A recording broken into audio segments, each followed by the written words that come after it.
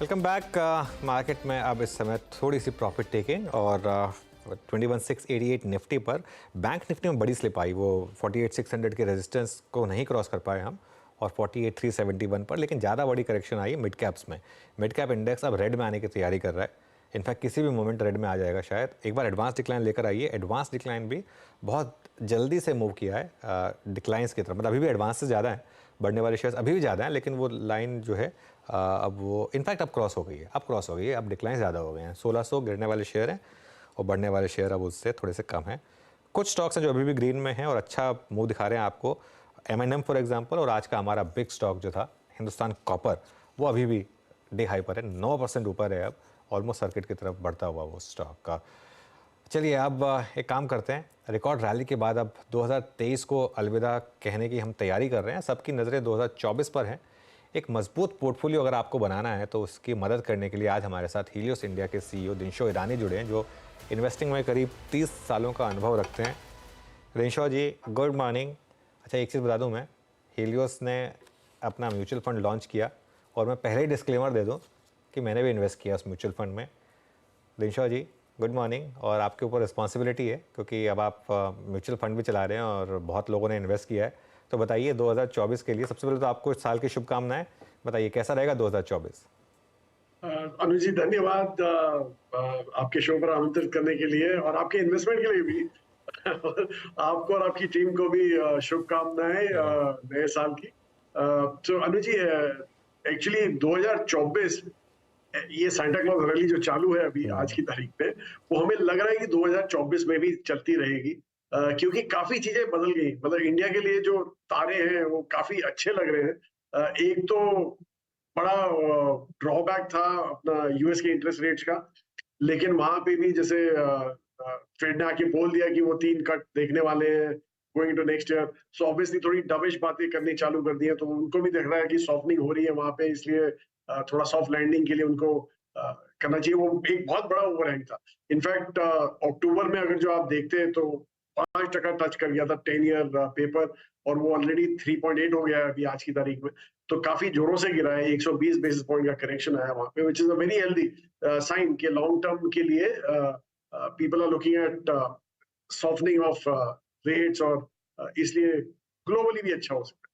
दूसरा जो एक मैं कहूंगा कि जैसे इंडिया के, जैसे मैंने बोला, तारे अच्छे हैं। चाइना जो प्रॉब्लम में आ गया, और एक्चुअली दुनिया बहुत जो इन्वेस्टमेंट पब्लिक है वो काफी खफा है चाइना से आज की तारीख में।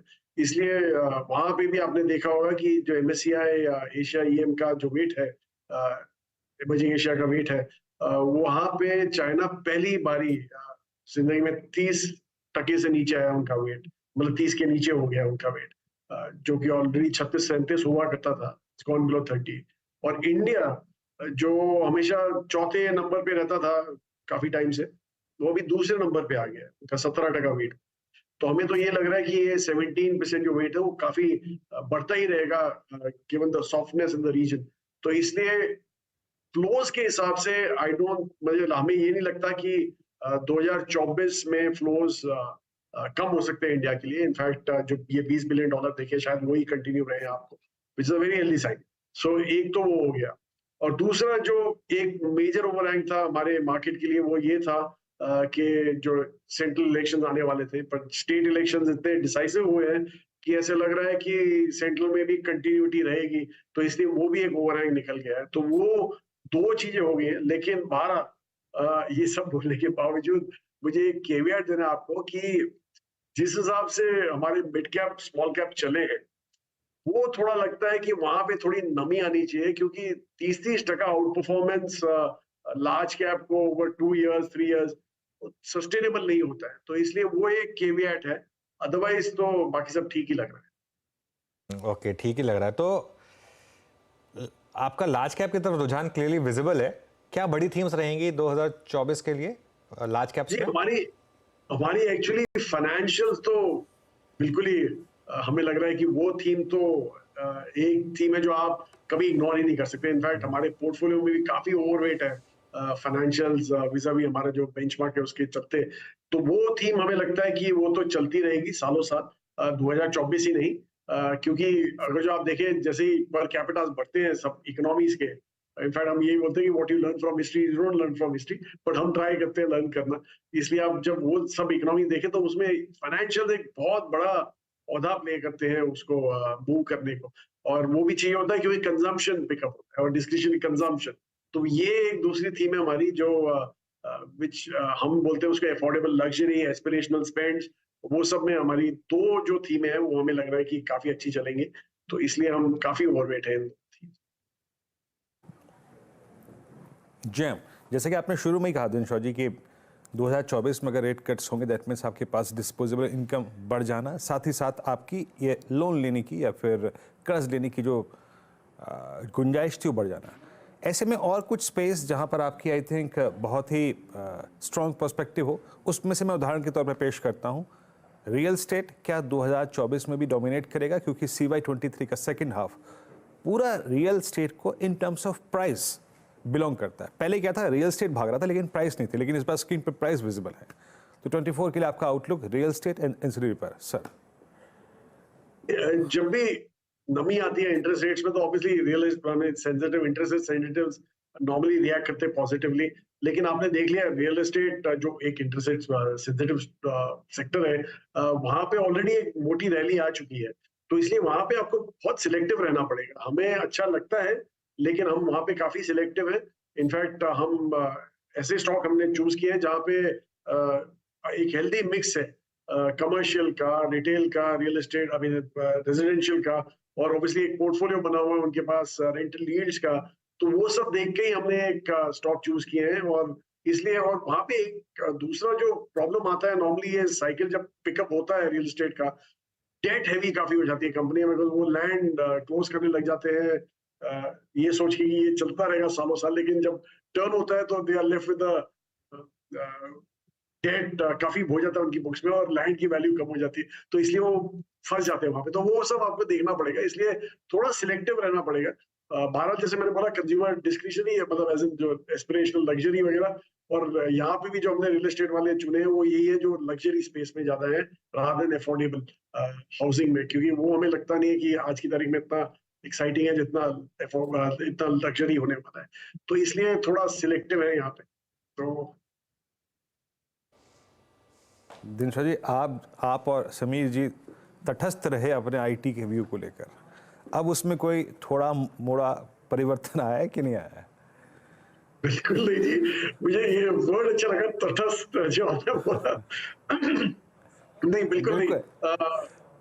नहीं, ये बिल्कुल पर्याप्त है। अनुज और मैं बार बार प्रश्न पूछते थे आईटी आईटी आईटी, ना ना ना, तो तटस्थ कहेंगे इसको।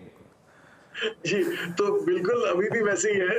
हमें नहीं लगता है कि ये जो एक्चुअली आपने देखा होगा पिछले दो भी, हम तो दिसंबर 21 से हम नेगेटिव हो गए थे आईटी में, और तब से वेट कम करना चालू किया था। इनफैक्ट जून जुलाई तक तो of 22 we were zero in IT, और तब से शायद इतना ही रहे, थोड़े बहुत यहाँ वहाँ हो गए हमारे पास स्टॉक। लेकिन the point is this only Viru ji के हुआ क्या है, चेंज क्या हुआ यहाँ पे। एक होप रैली होती थी हमेशा, क्वार्टर नंबर के बाद वो सारी रैली वापस फिजल आउट हो जाती है। तो इट्स मैटर ऑफ टाइम कि अभी ये क्वार्टर एंड होने वाले हैं और इनके कोई रिजल्ट अच्छे आने नहीं वाले, तो वो रैली फिजल आउट होना चालू हो गई ऑलरेडी। तो इसलिए, और दूसरा होप यही था कि डिस्क्रिशनरी स्पेंड वापस आ जाएंगे, जो लग नहीं रहा। अगर जो आप दूसरा, ये लोग ये सोच के बैठे कि इंटरेस्ट रेट कट होंगे तो ऑब्वियसली इनके लिए अच्छा होगा, मुझे तो नहीं लगता, क्योंकि इंटरेस्ट रेट कट हो रहे हैं क्योंकि इकोनॉमी सॉफन हो रही है यूएस की। तो इसलिए डिस्क्रिशनरी स्पेंड वापस आना थोड़ा टाइम लग जाएगा, और मुझे नहीं लगता कि CY 24 भी, कैलेंडर ईयर 24 जहाँ पे होप है कि ग्रोथ रेट्स पिकअप होंगे, मे भी होंगे from low single digits to mid single digits जैसे ग्रोथ पिकअप होंगे, लेकिन that still does not justify कि आपका जो वैल्यूएशन है वो ऑलमोस्ट 40-25% 50% प्रीमियम पे हो गया है फ्रॉम प्री कोविड लेवल्स। तो वो हमें बिल्कुल पसंद नहीं है, इसलिए हम दूर ही रहे उस इस पूरे सेक्टर से, और we continue to be away. Okay, continue to be away. चलिए, ये इस समय एक अवॉइड कॉल है इस पर। दिनशॉ जी, बहुत बड़ा पैसा बना है इस साल कुछ सेलेक्ट PSU थीम्स में, जैसे कि डिफेंस या रेलवेज। आपके पोर्टफोलियो में है क्या ये स्टॉक्स, और आप क्या कर रहे हैं यहाँ पर?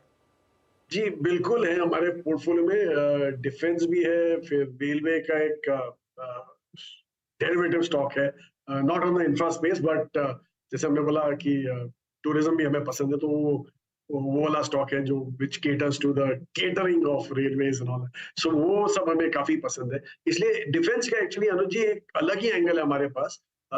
हमारा ये सोचना है कि एक्चुअली जो इंडियन डिफेंस कंपनीज हैं, जो सिक्लिकलिटी जिसमें नहीं आती है, जैसे कैपेसिटी कंस्ट्रेंट वगैरह, काफी सिक्लिकलिटी बिल्डअप हो जाती है अगर जो कैपेसिटी आपके पास ना हो तो वो सब अगर जो आप स्टॉक्स देखें तो काफी अच्छा बेनिफिट हो सकता है, क्योंकि ग्लोबली आपने देखा है कि जियोपॉलिटिकल टेंशंस काफी बढ़ गए हैं। चालू हुआ यूक्रेन और रशिया की लड़ाई के साथ, और काफी उसके बाद काफी कंट्रीज इन्वॉल्व हो गई है, इसराइल गाजा, चाइना ताइवान वगैरह, ये सब चालू है।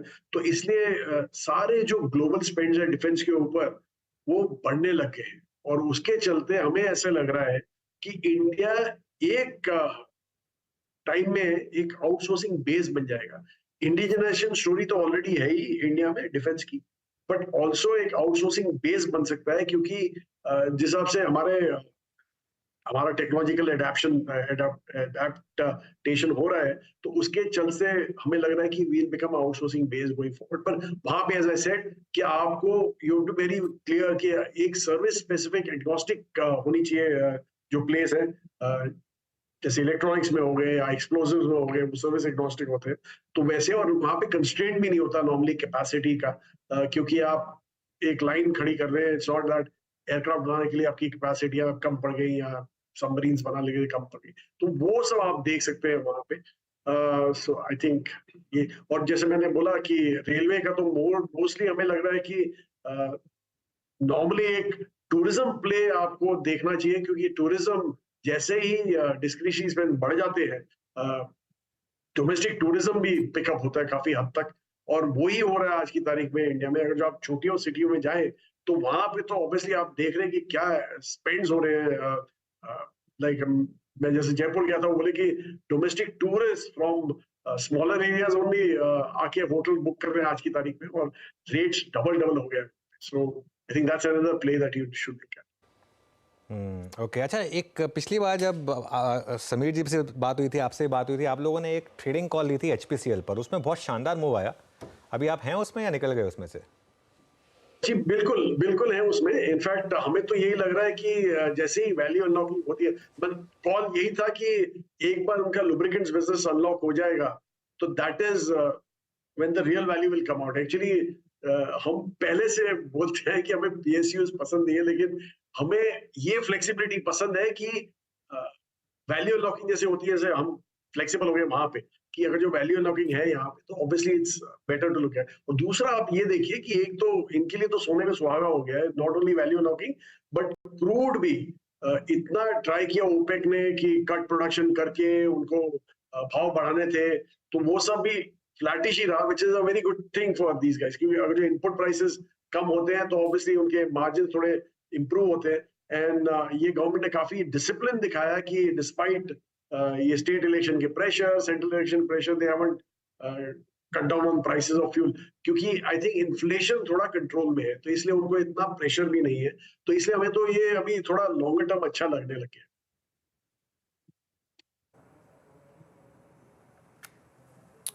ओके, डिफेंस से बातचीत हो गई। अच्छा, एक स्पेस और जिसमें मैं आपकी राय थोड़ी जानना चाहूँगा। अभी तक मूव तो इसमें बहुत अच्छे खासे आए, आई मीन ऑटो में, और बीच में थोड़े बहुत डिप्स आए दिनशॉ जी, लेकिन कोई सीरियस अनवाइंडिंग अब तक नहीं हुई, और कुछ स्टॉक्स अभी भी मतलब मेरे आपसे बातचीत करते करते ऑल टाइम हाई पे हैं। Like for instance M&M, Eicher को देखिए आप।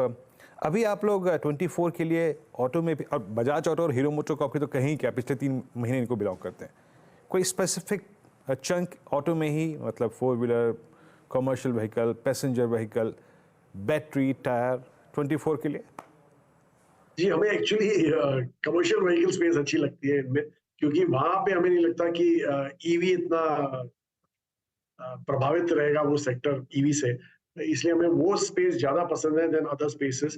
एक्चुअली जो आपने बोला टू व्हीलर स्पेस या पैसेंजर व्हीकल स्पेस, वहां पे काफी टू व्हीलर में तो आपने देख लिया था पिछले 3 महीने ठीक रहे, क्योंकि अभी फेस्टिव सीजन चालू हो गया है, थोड़ा शादी का सीजन भी चालू हो गया है, तो वो सब के चलते two wheeler is looking good, but हमें लग रहा है कि ये मोरलेस हमें पीक आउट होने वाला है ये सेक्टर, इसलिए हमें ज्यादा पसंद नहीं है यहाँ पे। पीवी में भी आपने देखा एंट्री लेवल व्हीकल में, in fact in certain SUVs also discounts काफी हद तक बढ़ गए हैं, और ये आप सोचिए कि ये फेस्टिव सीजन है, उसके बावजूद डिस्काउंट बढ़ा दिए हैं, मींस ऑफटेक थोड़ा नम हो रहा है यहाँ पे, तो इसलिए हमें लग रहा है कि वहां पे भी हमें ज्यादा कंफर्ट नहीं आ रहा। पर सीवी में इसलिए कंफर्ट है कि एक तो वो डेरिवेटिव है इंडिया का ग्रोथ का, अगर जो आपका ट्रेड ग्रो होता है या डोमेस्टिक का कमर्स ग्रोथ है तो उस समय तो उसमें तो सीवी की जरूरत रहती है। बहरहाल सीवी प्योर प्लेयर जो है वो एक ही है, लेकिन हमें काफी एक्सपेंसिव लगते हैं, इसलिए हम सीवी को प्ले कर रहे हैं वाया लेंडर्स के थ्रू।